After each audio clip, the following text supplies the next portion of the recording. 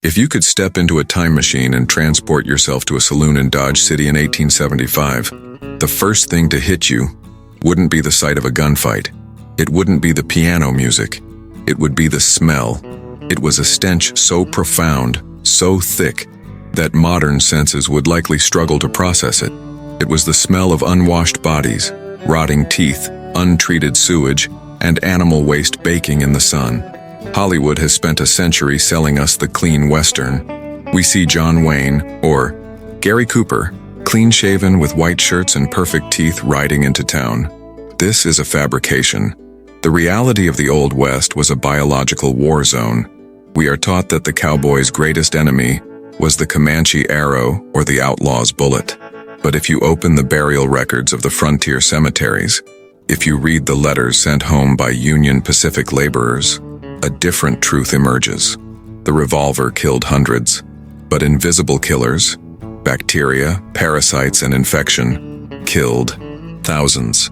The men who won the West didn't just fight the elements, they fought their own filth. They lived in conditions that would be considered a biohazard today, and they engaged in specific hygiene habits that were so dangerous, they sent more men to an early grave than all the gunfights at the OK Corral combined. Today, we strip away the romance. We are going to look at the dirty, scratching, rotting reality of frontier life. To understand why the death rate was so high, we must look at the most basic human need, water. In the movies, a cowboy dips his canteen into a crystal-clear stream. In reality, on the cattle trails from Texas to Kansas, clear water was a myth. The herds, numbering in the thousands, would reach the water first. They would defecate and urinate in the creek beds. By the time the cowboy drank, he wasn't drinking water. He was drinking a slurry of mud, manure, and deadly bacteria. They called it buffalo tea, or alkali water. Often, to make it palatable, they would mix it with whiskey or molasses, but that did nothing to kill the pathogens. It was loaded with cholera and dysentery. Dysentery was the scourge of the Civil War, and it followed the veterans west. It wasn't just a stomach ache. It was a violent, dehydrating purge that could kill a grown man in 3 days. On the trail, there were no IV fluids.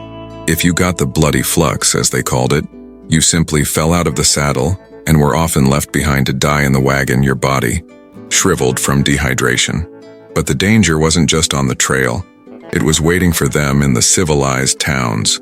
Picture a wash basin outside a dining hall or a saloon. Next to it hangs a single towel. In 1880, germ theory was in its infancy. People didn't understand how disease spread. So 50 men would wash their faces in the same basin of gray, stagnant water, and then dry their faces with the same towel. This towel was a biological weapon. It was stiff with dirt, blood, and pus.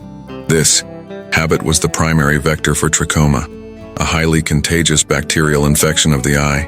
It caused the inner eyelid to scar and turn inwards, forcing the eyelashes to scrape against the cornea every time the man blinked. It was agonizing. It led to blindness. We see photos of old cowboys with milky, scarred eyes. We assume it was the sun or the dust. In reality, it was the communal towel. They blinded themselves day by day, simply by trying to wash their faces. When a cowboy finally reached town and paid for a bath, he was often making a fatal mistake. Water cost money. Heating water cost even more. In a frontier bathhouse, the water was not changed after every customer.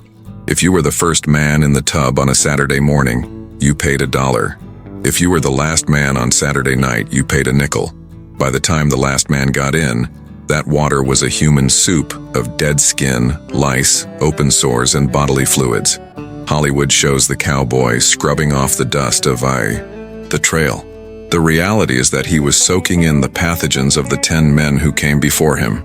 If he had a small cut from a barbed wire fence or a blister from his boots, that bath water introduced staph infection directly into his bloodstream. But there was a pain more acute than infection. Look closely at the few smiling photographs from the 1870s. You will see gaps. You will see rot. Dental hygiene was non-existent. A toothbrush was a hog bristle brush that was too expensive for most. Sugar was a luxury, but dried fruit, molasses, and chewing tobacco were staples. The tobacco juice coated the teeth in a corrosive acid all day long. When a tooth decayed, There were no fillings. There was only extraction, and usually, the extraction was done by a barber or a blacksmith, using pliers that had been used on horseshoes an hour before. The mistake wasn't the extraction, it was the waiting. Men would endure an abscess for months, numbing it with whiskey or laudanum. An untreated abscess in the lower jaw can drain into the neck and chest. It's called Ludwig's angina. It causes the throat to swell shut, suffocating the victim. Thousands of men listed in coroner reports as dying of fever or natural causes actually died because a rotten molar poisoned their blood. They didn't die with their boots on fighting for justice. They died choking on their own infection. We must also discuss the diet, a habit of eating that destroyed the body from the inside out.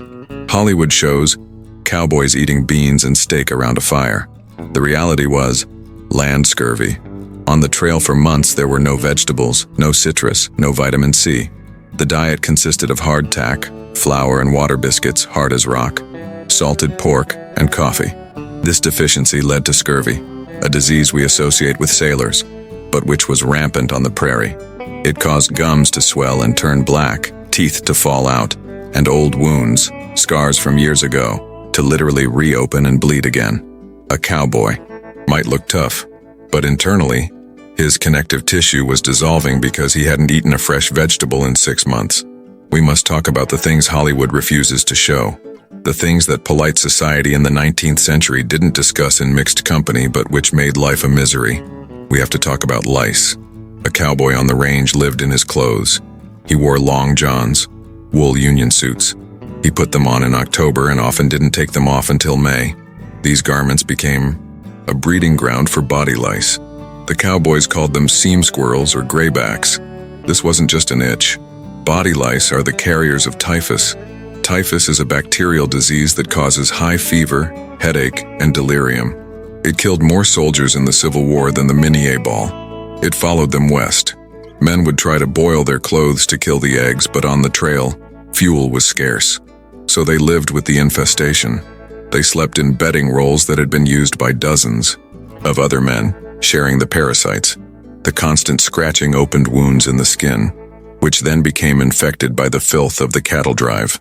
And then, there is the matter of sanitation.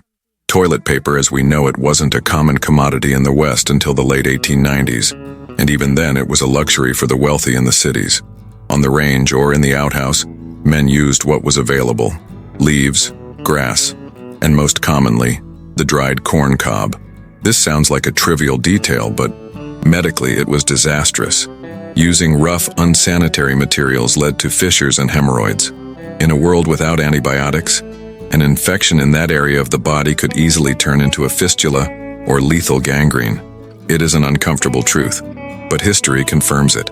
Many tough frontiersmen were brought down not by a bullet to the chest, but by an infection caused by the absolute lack of basic sanitation materials.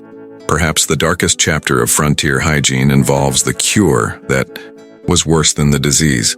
We must speak of venereal disease and Mercury. The soiled doves of the frontier towns were the primary contact point for syphilis.